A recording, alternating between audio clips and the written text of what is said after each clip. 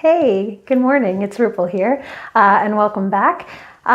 This series I'm doing is going to be a quick little 5-part series called Property 101 Getting Started. Now, a lot of the people that I talk to in our coaching clients and other investors we know are so excited to get started. They're rearing to go and they just want to sort of go out there and conquer the world. And that is absolutely fantastic. You can do anything that you set your mind to. You just got to sit down and plan it and then execute against the plan. But there's an element of reality that I think sometimes is missing in all of the excitement and the rah-rah. So this series is really going to break down literally the very, very specific and tangible things that you need to consider when you are getting started in investing in your property portfolio or are looking to expand your property portfolio. So the first thing that I think is fundamental and that is going to underpin everything that comes after is setting goals. Now, there are tons and tons and tons of books written about goal setting, but the things that I've learned from our experience and from what I've achieved in our property portfolio to date is that you really need to sit down and write your goals down and then plan again and execute against those goals. But before you sit down and actually think about what your goals are going to be, excuse me, there are some things that you need to think of that I think a lot of people just ignore. So, for example, how much time do you have? Are you working full-time in a job that's really, really demanding and you're working 12-hour days and 100-hour weeks? Or do you have a bit more flexibility in your schedule? Can you work from home sometimes? And can you do you have a bit of a bit more room in your day-to-day in order to proceed with other interests?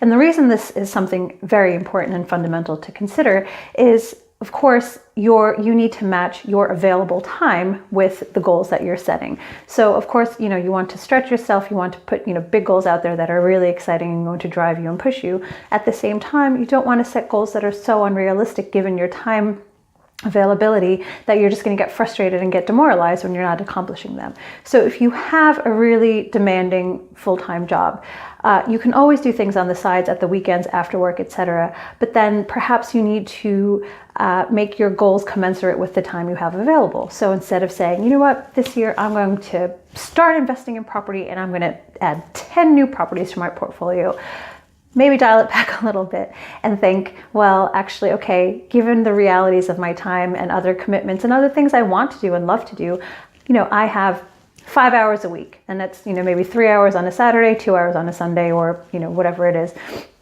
And that's what I'm going to do. That's when I'm going to be focused on my property investing.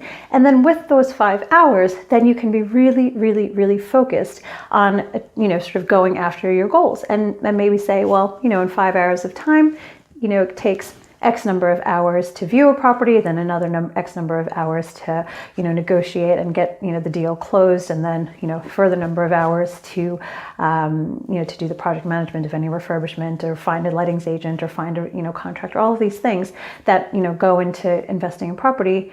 And then you can say, okay, well, overall, I know to get a property from viewing to rental ready, it'll take approximately 100 hours of my time.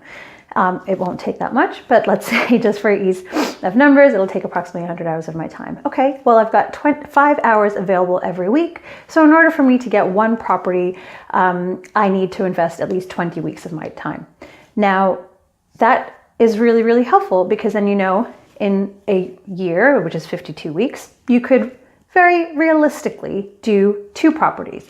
And if you wanted to stretch yourself and really sort of put a goal out there that's a little bit bigger and out of your comfort zone, maybe set it at 3, but it's not 10 and it's not arbitrary. It's very specific to your time available. And, some of these things, most things, to be honest, can be quantified in some meaningful way that will help you guide your decisions and your actions and also help you set your goals. So, again, think very practically about how much time you have available, how much time you want to be spending on doing something like property investing, and then sort of work backwards from, how long will it take you to go from beginning to end, and then, adjust, your expectations and your goals accordingly. I hope this example was helpful. I know so many of you are working, full-time jobs.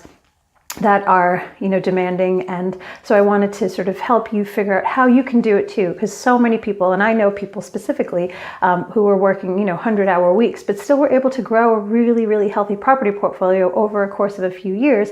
And then because they wanted to, and they didn't want to stay in that job, they made property investing their full-time job and were able to replace their income. So it's possible. Everything is possible. It's just, start realistically with a bit of a stretch to keep you motivated and keep you excited, but you can start realistically, do amazing things, and work with the time that you've got available. I hope that was really helpful. Come back. I'm going to be doing another 4 tips on getting started and how to think about how to set your goals and getting started in property. So I will look forward to seeing you next time. Thanks. Bye.